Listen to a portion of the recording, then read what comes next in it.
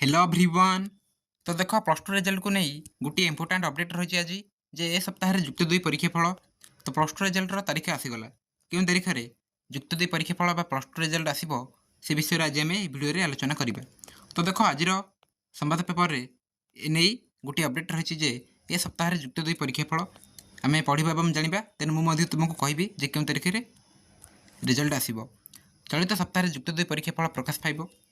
तारीख घोषणा हो नथिले मे 21 कि 22 तारीख में उच्च माध्यमिक शिक्षा परिषद बा सीएचएससी कार्यालय परीक्षा फल पुस्तिका उन्मोचित कर माने मे 21 कि 22 राइट मे 21 कि 22 तारीख में रिजल्ट आसीबार 99% चांस रही राइट। तो डेट तुम जापर। देन देख नेक्स्ट पुस्तिका उन्मोचन होबार किसी समय मध्य छात्र छात्री सीएचएससी वेबसाइट से फल जापर। तो सीएचएससी वेबसाइट निज रिजल्ट देखी हे केतबेले ना जितेबले परीक्षा फल पुस्तिका उन्मोचन कर कि मैंने कौन रे ना प्रति स्ट्रीम ना कि आर्ट्स है साइंस है कमर्स वोकेशनल ना कि प्रति स्ट्रीम गोटे गोटे बुक कर जहाँकि रिजल्ट केमती वर्षर कह ना कि बुक गोटे कर देन से कह ये वर्ष 2025 केते पास कर परीक्षा देती राइट केते फेल होती सब डाटा रही ना कि। तो से पुस्तिकाटा उन्मोचित होगापर राइट पुस्तिका दी जापर कौन हम ना रिजल्ट आसीज। नेक्स्ट देख विद्यालय और गणशिक्षा विभाग जड़े अधिकारी कहते छात्र छात्री शिक्षा वर्ष जपरी प्रभावित न हुए से दिगरे पदक्षेप ग्रहण करुछु।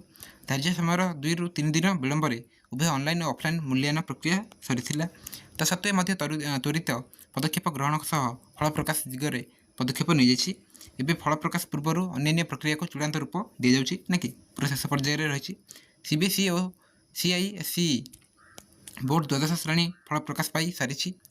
तेणु चलित वर्ष गोटे समय कला विज्ञान वाणिज्य और धंदामूलक ना कि गोटे समय ही गोटे दिन ही आर्ट्स साइंस कमर्स और वोकेशनल जेतु रिजल्ट आसो से विलंब हो कि पूर्व कौन होता ना प्रथम आसला साइंस एंड कमर्स देन आसला आर्ट्स और वोकेशनल ना कि टाइप पूर्व आसला कि बर्तमान कौन कर गोटे दिन चारिटी जाक स्ट्रीम जेहेतु रिजल्ट आसूँ से विलंब हो। नेक्स्ट देख फल प्रकाश नहीं एपर्यंत दिन धार्य होना तेरे मंगलवार सुधा फल प्रकाश तारीख घोषणा कर अधिकारी जनक कहते आसंता 20 तारीख में कौन हम ना तुम डायरेक्ट सीएचएससी कौन करेंगे ना डेट कहते राइट क्यों तारीख में फाइनाली आसीज आउ 99% चांस अच्छी आसंता 22 तारीख ना कि 21 कि 22 तारीख में रिजल्ट आसो किंतु बेसी चांस अच्छी जे आसंता 22 तारीख जाकि गुरुवार दिन रिजल्ट आसपार ना कि।